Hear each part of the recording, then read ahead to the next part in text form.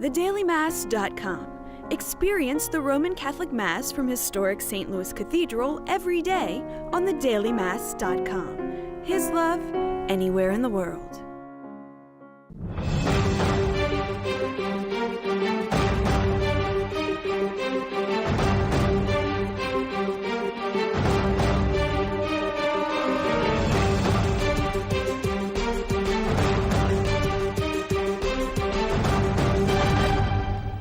Good evening, I'm Sarah McDonald. And I'm Jason Gillette. Welcome to Issues in Faith. Well, we've had a big week this week already, being only Thursday. But on Monday, we celebrated Martin Luther King Day.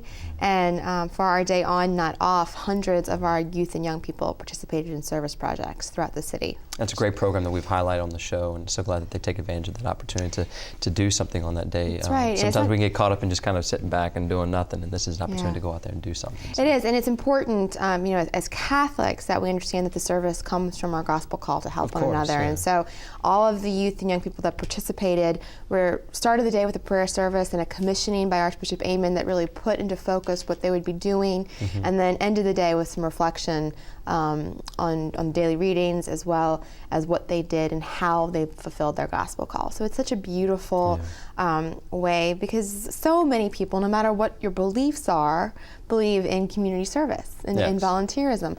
What makes us different is that we are participating in volunteerism as Catholics because God has called us to love one another and serve one another. That's right. I mean, we can't think of the church as just like some service organization. What was it, like some nonprofit? Like we're meant to bring the gospel, and so that means living the gospel. It means praying. It means learning the gospel. It means loving the gospel and living it. So it's just it's a whole. So it's beautiful that it started off with prayer, and then the focus on that spiritual walk, and what we do. It all matters. It all makes a difference. It does. And speaking of service and standing up for what we believe in and living the gospel, this week was also the March for Life in Washington, D.C. We had the Louisiana Life March on Saturday, which Archbishop Amen participated in, and we had the March for Life in D.C.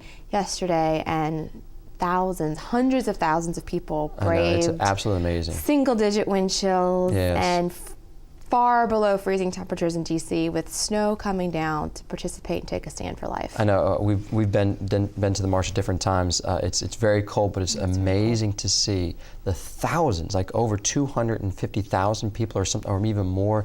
They were estimating 500,000 before be here this year before the weather. We had a couple people had to cancel coming in. But it's a sea of people, and I don't remember seeing those photos on the news items that we see in our nightly. Traditional nightly news, but it's an amazing witness that there's so many people that's standing up, that are marching for life. I wish that there would be more coverage of it, because there is such a longing to make this a pro-life country. It is. And what is so very inspiring and hopeful is that it's grown from just the one march to the Capitol in D.C.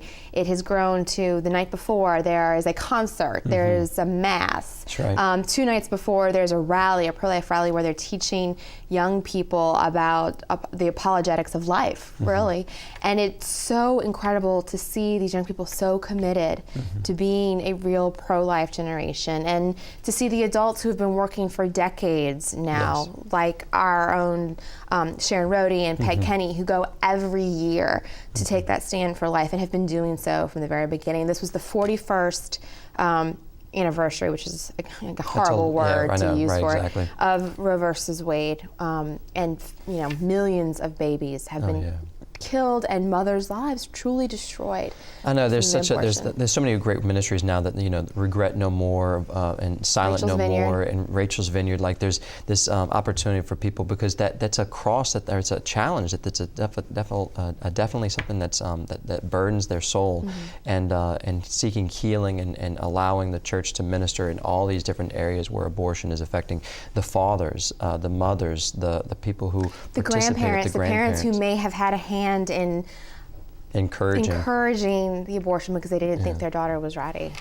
It's a tragedy. I mean, but you're right. There's wonderful signs of hope we see in D.C., San Francisco. They have a march that they're doing over there, right on the Golden Gate, and then we have a lot of things going on in Louisiana. Louisiana is the #1 pro-life state in the country, which is fantastic, and it speaks to all those wonderful people like you've mentioned, like Ben Clapper and good people in politics that are able to bring the message of life, which is something that's fundamental to who we are as a people. And it is also, throughout the country, you're seeing more and more pro-life legislation passing. There was an article this week about the swing states, the so-called swing states, that are becoming more and more pro-life. And you're seeing the groundswell of that really come from young people who are seeing the effects that this has had on our culture, and who are learning more and more from people who have had these experiences that this is not a positive thing for our women. It's no, not exactly a positive right. thing This for is our not children. a pro-woman position. For our exactly right. And that's something that we need to see. And that's something that I think that as a pro-life movement has been continuing, being able to articulate all these lies. You know how sometimes in politics they'll throw out these phrases, and that represents nothing of the truth. Right. And that's one of those things. People will say that if you're pro-life, that means you're not pro-woman. That you got to let the woman choose. And we're trying to give them the real choice, and giving them an option to serve life, and to not let death be that option that destroys a life and starts to decay on themselves. And we need to pray for all those women who find themselves in crisis. Pray for all of those who are seeking that healing, and pray for our church and our community that we may receive women with love, and also meet women who are in those challenges in a way that is truly helpful and gives them the support and guidance they need. Yeah, we are called by Christ life. not to throw stones at anybody, and all of us have failed and fallen short, and so there's no condemnation. There's just all but love and hope and healing for anybody who's struggling with this, for sure. And when we come back, Jason will speak with Dr. Dennis McNamara on a special topic of how to read a church. This is Issues in Faith on WLAE.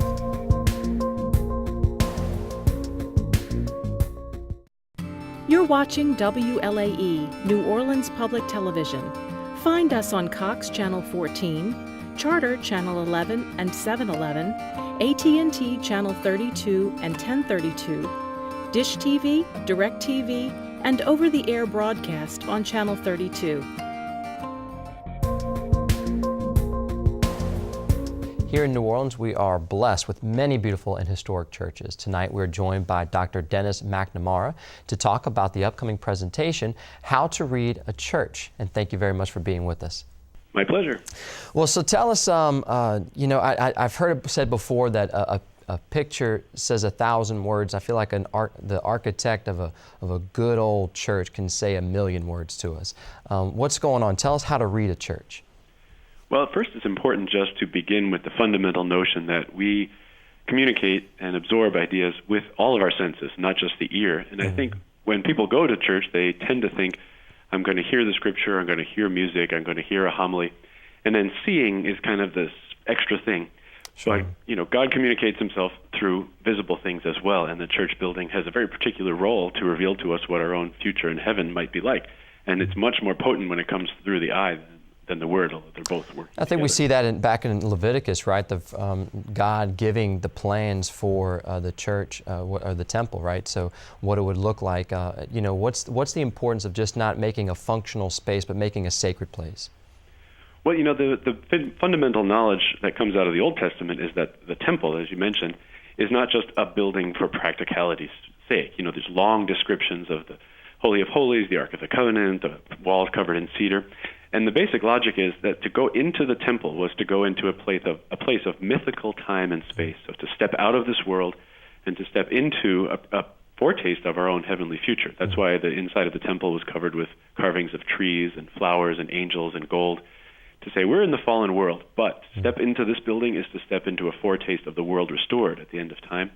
And that's what's been forgotten. We tend to think of a church as a functional place as opposed to a sacramental building that actually has some theological reality to reveal to us. Well, tell us about the theological reality that we see in some of these churches, beautiful historic churches over here in New Orleans. Well, you have to ask the question, first of all, what is a church at its basic, essential identity? And when you realize that it's a sacrament, now I'm saying sacrament with a small s, not the 7 sacraments of the church, but a material of the world is used to reveal heavenly realities. You ask the question, what are the heavenly realities? Typically centered on God, Everything's glorified, restored, populated with angels and saints, and then we step into this new heaven and new earth and encounter images of the Trinity, the angels, the saints, the glorified earth. And when a church doesn't do that, it tends to look bland and uninspiring. It's not really that complicated. It's just if it's supposed to look like an image of heaven, you have to do to it what it needs to have done to be an image of heaven. It's not rocket science. Right. Well, what are some of those images when you walk into a church? What are some things that the architect could be speaking to us? Well, art and architecture work together in particular. Architecturally, one of the theological images of Scripture is the column or the pillar. If you see the word pillar show up in Scripture all the time, Cephas, James, and John are called pillars of the church in Galatians. And you have the pillars of the temple, and you have the pillars of Samson that fall down. And whenever the people are supporting the role of their church, they're called the pillars of the church. So when you see a column in a church building, it's actually an analog or a symbol of a person who's a member of the mystical body who holds up the church. So someone who might make a donation or serve as a lector or whatever it happens to be is upholding the activity of the church. And then a column is actually a symbol architecturally of upholding the church as an identity, as the mystical body. And then, of course, art, very, very important. The rear wall of a church traditionally has been understood as a window into the second coming of Christ, where Christ comes in glory, surrounded by the angels and saints, to show us what the time after the fall's effects would be like. And so when you go into a church and you just see a big, bland, beige drywall, rear wall, maybe with a cross on it, it's not much. It doesn't give you much to ponder, to experience, and to encounter. Yes. Well, tell us, a lot of churches I've seen around it, like cruciform churches. What's the purpose and intention there? Well, a cruciform church is, planned in the shape of a cross, and it's not absolutely required, but it was developed as the notion that the members of the church, so the people in the pews and the priests in the sanctuary, are acting as an image of the mystical body, head and members.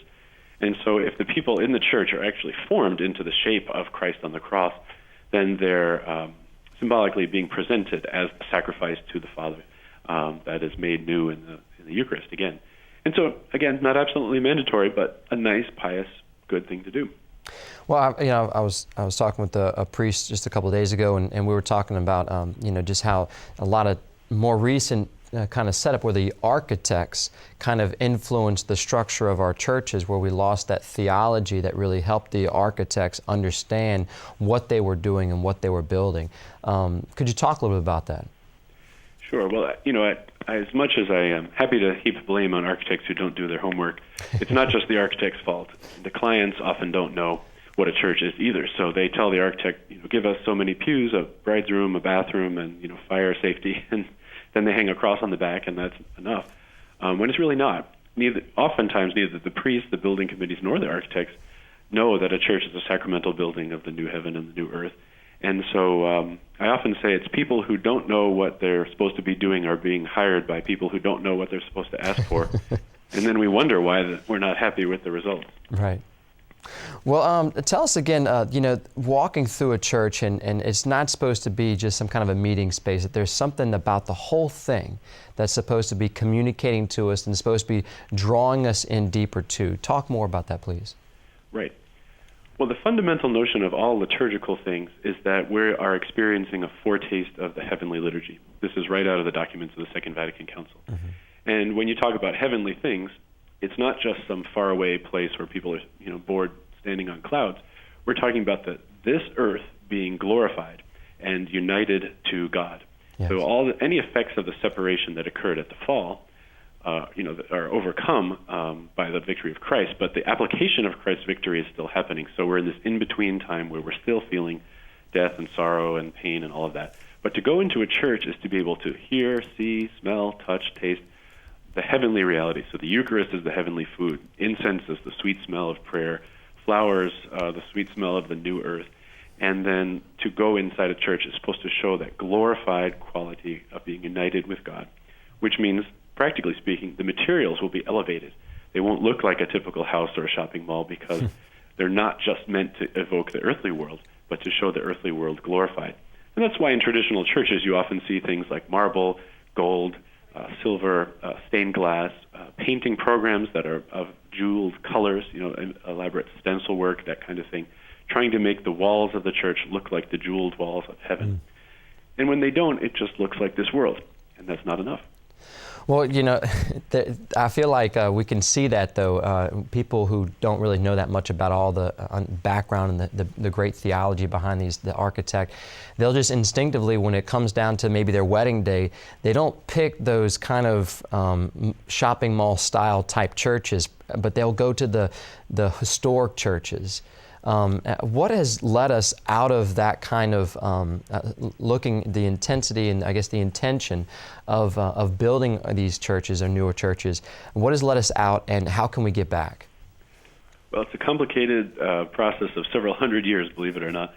But the two major points are that the church building among many of the liturgical leaders in the time of the council and after the council was redefined, not as a sacramental building or a building of mythical time and space, but as a meeting house.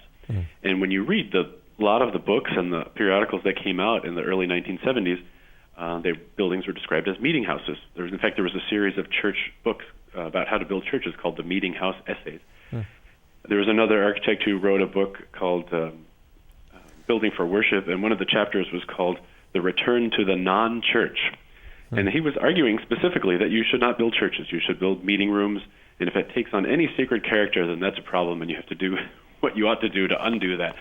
And so it wasn't just that people didn't know what they were doing. There was actually a concerted effort to desacralize churches for a variety of reasons. But I think we're at the point now where we can say, all right, that might have had 5 minutes of relevance in 1973 for people who are sort of tired of all the excesses of Victorian architecture. But now we're at a point where we can look at this more honestly and with a richer understanding of the meaning. And we can build beautiful churches today. There are projects all over the country now of churches that are beautiful, theologically rich, and that anybody would be happy to have in their own parish. Well, we're almost out of time, but tell us more about where we can learn about your information, the things that you're doing, and again about this presentation that's coming up on this Monday at 7 o'clock, where they can go for that, and also to what can they expect if they attend? Well, sure. Well, I teach at the Liturgical Institute, which is a graduate program in study of worship, liturgy in Chicago. So liturgicalinstitute.org is our website. And on Monday, I'll be talking about the biblical foundations of church architecture. Because I think most people think that church architecture is just in the realm of architects. But if you look in the Old Testament, we have the temple, as you mentioned, the tabernacle of Moses. In the New Testament, there's images of the people of God being God's building. And so, why are people a building? What's the relationship? And then in the book of Revelation, at the end of Scripture, there's the notion that heaven is a great building made of us as a living stones who are glorified. And all of those things work together in understanding what a church should be. So I hope what will happen at this talk is that people will get an ability to read a church. Just like if someone picks up a book that has Chinese characters in it, sure, they might say, look at those funny lines, but if they can't read Chinese, they don't know what it's saying. And I'm hoping they'll be able to come out of this talk with an ability to read a church and understand what it means. Oh, praise God. Well, Dr. McNamara, I can't thank you enough for being with us, I'm sure you're very busy, and giving us this opportunity. And your ministry, continue please to spread the news. This is a beautiful opportunity for us to grow deeper in our faith and help us to understand more of the beautiful architect, the beautiful art of a Catholic Church. Thank you very much. Thank you. And you can learn more about the topic of the upcoming meeting of the New Evangelization Society on Monday, January 27th at 7 p.m. at Notre Dame Seminary. For more information, you can go online to newevangelization.arch-no.org. When Italians immigrated to the United States, they brought many traditions. Here in New Orleans, they are known for introducing us to everything from the muffalata to the St. Joseph Psalters. As Karen Boudry reports, there's another tradition that's not as well known, but dear to the hearts of many and not just Italian Americans. For 86 years, the faithful have gathered in New Orleans to honor a little-known saint from Syracuse, Italy, St. Lucy. Tears just came in my eyes just when I entered the church. I just feel so blessed just to be here. Why would St. Lucy evoke such emotion? Perhaps it's being so close to an actual part of St. Lucy herself, as a relic is presented at the yearly St. Lucy Mass held at St. John the Baptist Church in New Orleans.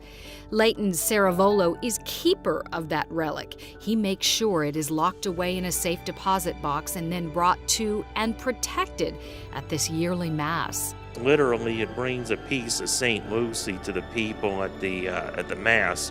I mean, you could have a commemoration every year without it, but it adds a special meaning, especially for people who have eye disease problems, which there are a lot of people with eye problems in the area. And it gives them something to look forward to and to pray to for St. Lucy's intercession on their behalf.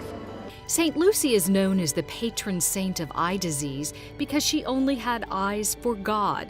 Legend has it that she showed tremendous courage while being persecuted for her Christian beliefs. Some stories describe her eyes being gouged out as part of that persecution.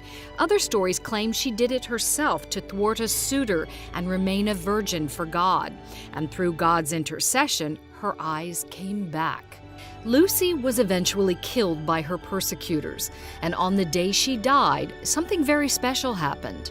During that time, Sicily was in Syracuse, they were having a famine, and they didn't have any wheat. So what happened was, all of a sudden, a boat landed at their port, dropped off wheat and that they needed, and the boat disappeared. They never knew where the boat came from. So that in itself was a miracle. Generations of Italians have honored St. Lucy, and many who immigrated to the U.S. brought their love for her with them, like Gaspar Schiro's parents. My mother and daddy used to say, don't give up St. Lucy. You got to celebrate St. Lucy. So we've been doing it. My wife loves to do it too.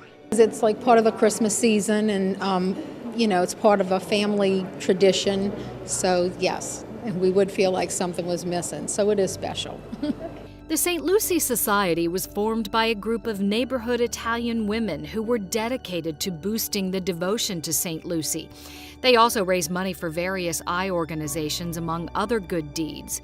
Today's society is still pretty strong, but some worry about its future. It's important always to enjoy and celebrate the traditions and the holidays, because you lose a sense of history, you lose a sense of your family if you don't carry on these traditions.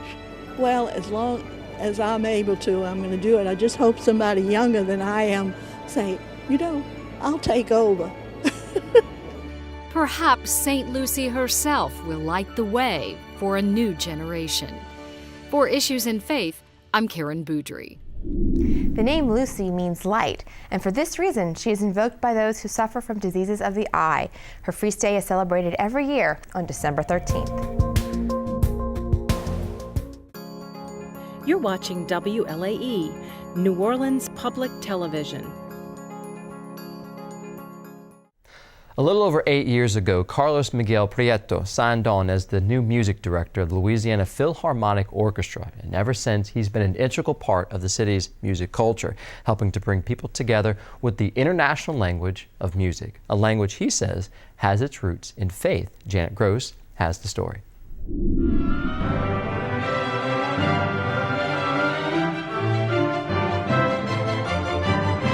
This is Carlos Miguel Prieto, the music director of the Louisiana Philharmonic Orchestra. Dividing his time between New Orleans and his native homeland of Mexico, he's conducted orchestras around the world. If I were to go to a community that has never experienced religion before, what I would take them is music. On this day, Prieto was the guest conductor at the First Tuesday Spirituality in the City series. It's a monthly gathering at Immaculate Conception Jesuit Church for anyone who wants to join in conversations about faith in all aspects of life. I think it's meant to bring people from all different backgrounds together and to reveal new perspectives and new insights and the importance of conversation. And Prieto sees how that conversation can be held in the language of music. What we call today classical music or Western music is actually completely connected to chant and to instruments imitating chant. So from its origin, music has had a very intimate relationship with religion. From then till now, he says people feel that connection. When I connect with God the most is through music. and through those moments in music that are absolutely not explainable in words. But there are moments at which you feel that your feet are not on the ground, and that nothing else is really anything but this kind of like uplifting, incredible experience.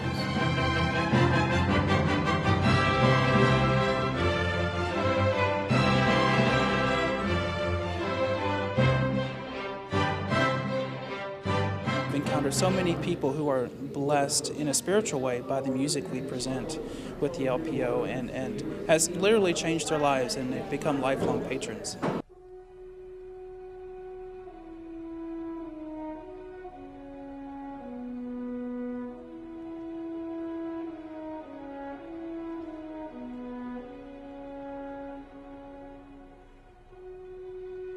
Prieto changed his life to be a part of the music here.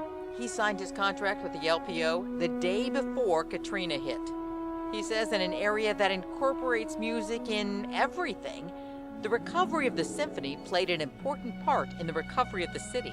It's hard to replicate the power, the spiritual power of 70 musicians playing together.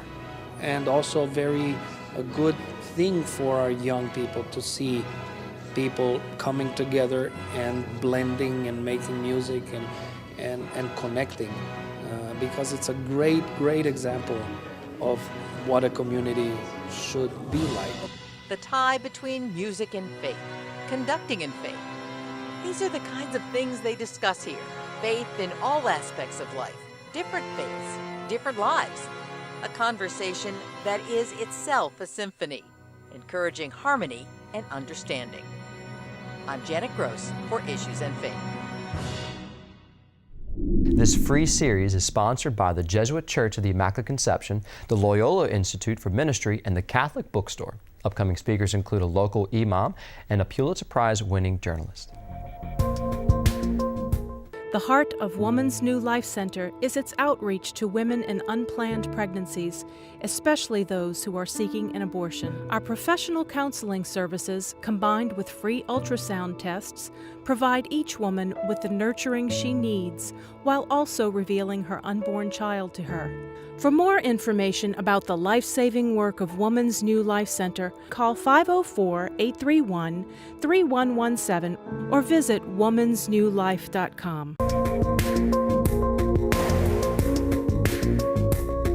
And if you have a question for us or an idea that you'd like to see on air, please write to us at Issues in Faith, 3330 North Causeway Boulevard, Suite 345, Metairie, Louisiana 70002. Or you can email us at questions@WLAE.com. Plus, if you missed an episode, you can catch up online at www.archdiocese-no.org.